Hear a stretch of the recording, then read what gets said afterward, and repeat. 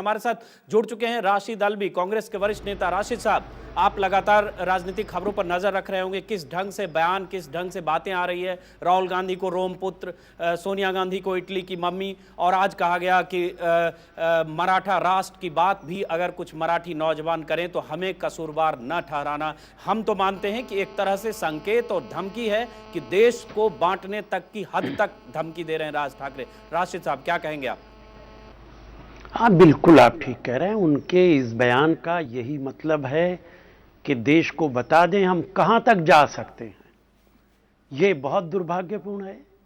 अगर कोई भी आदमी देश को तोड़ने की बात करता है तो उसके खिलाफ सख्त से सख्त कार्रवाई होनी चाहिए। और मैं तो कहूँगा कि ये सिर्फ एक ट्रेटर ही इस तरीके की ज़बान बोल सकता है। जिन लोगों को देश से प्यार है, देश के लोगों से प्यार है, देश को इकट्ठा रखना चाहते हैं, वो इस तरीके की ज़बान नहीं बोल सकते। ऐसी ज़बान वही आदमी बोल सकता है जिसे देश से प्यार ना हो, भारत से प्यार ना हो, जो दूसरे लोगों के हाथों में खेल रहा हो।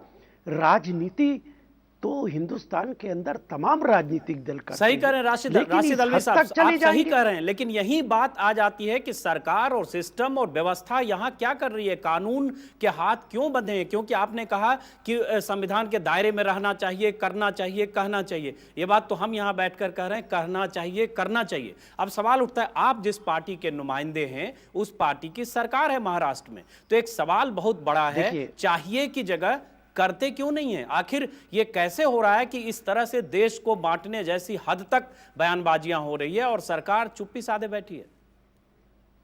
देखिए, सरकार को करना चाहिए, निश्चित तौर से करना चाहिए, और मुझे यकीन है कि सरकार कार्रवाई करेगी। सरकार ने पहले भी कार्रवाई की है, बहुत लोगों को जेल भिजवाया है।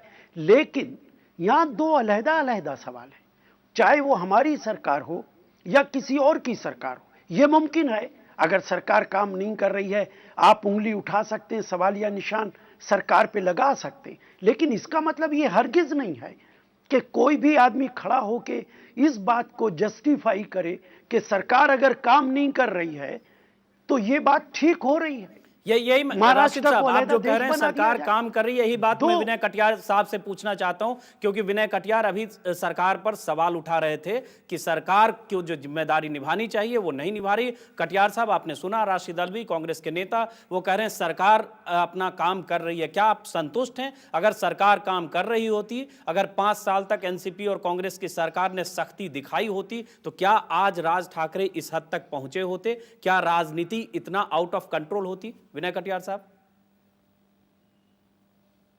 देखिए, कांग्रेस ने ही सारे समस्या को उलझाने का काम किया।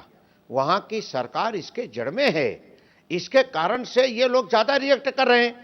दूसरी बात, हमसे आप क्यों पूछ रहे हो, अल्वी साहब से क्यों पूछ रहे हो? उनका जब राष्ट्रीय महामंत्री कह रहा है कि वहां सरकार काम ठीक नहीं कर रही, कानून व्यवस्था ठीक नहीं है वहां की, तो ऐसी स्थिति में मुझे तो हंसी आ रही है और मैं अपने को असहाय महसूस कर रहा हूं कि अगर चुनी हुई सरकार और उसका सत्ताधारी दल का एक राष्ट्रीय महामंत्री, जिसकी दिल्ली में भी सरकार हो, प्रदेश में भी सरकार हो, और वो कोई कार्रवाई न कर पा रहा हो, तो आप दोषी क्यों ठहरा रहे हो राज ठाकरे को और उनको उद्धव ठाकरे को?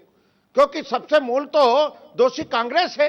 पहले वो अपने में तो सुधार करे, जैसे बाटला हाउस का कांड हुआ। अब ह्यूमन राइट कमीशन ने उनको क्लीन चिट दे दी, जांच हुई, पुलिस को क्लीन चिट दी।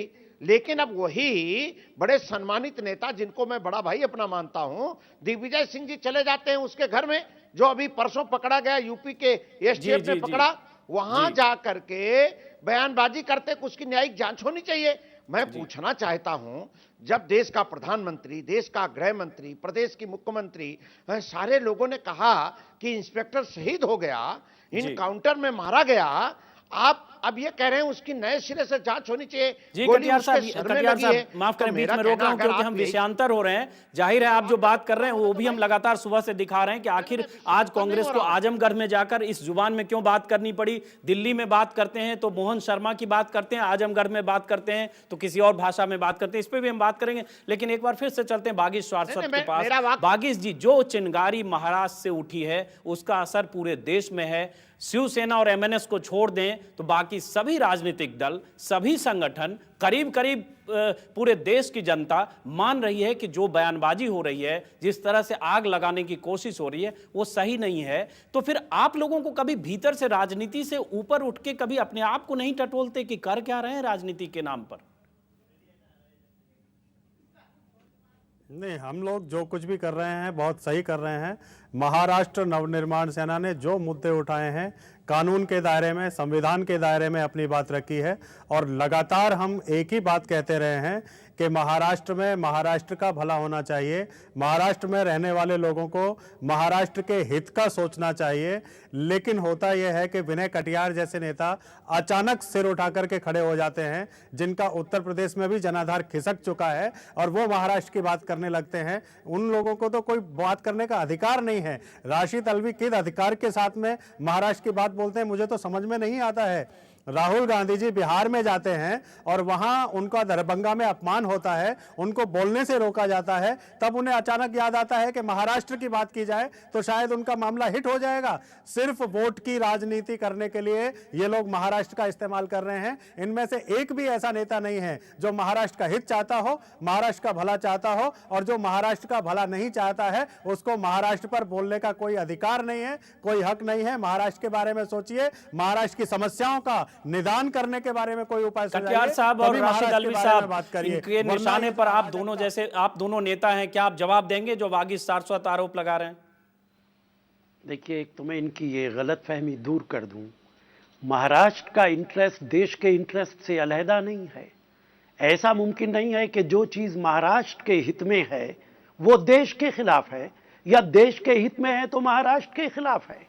संविधान के अंदर अगर ये करते हैं तो मुझे बहुत अदब के साथ कहना पड़ेगा कि इन्हें संविधान नहीं मालूम है।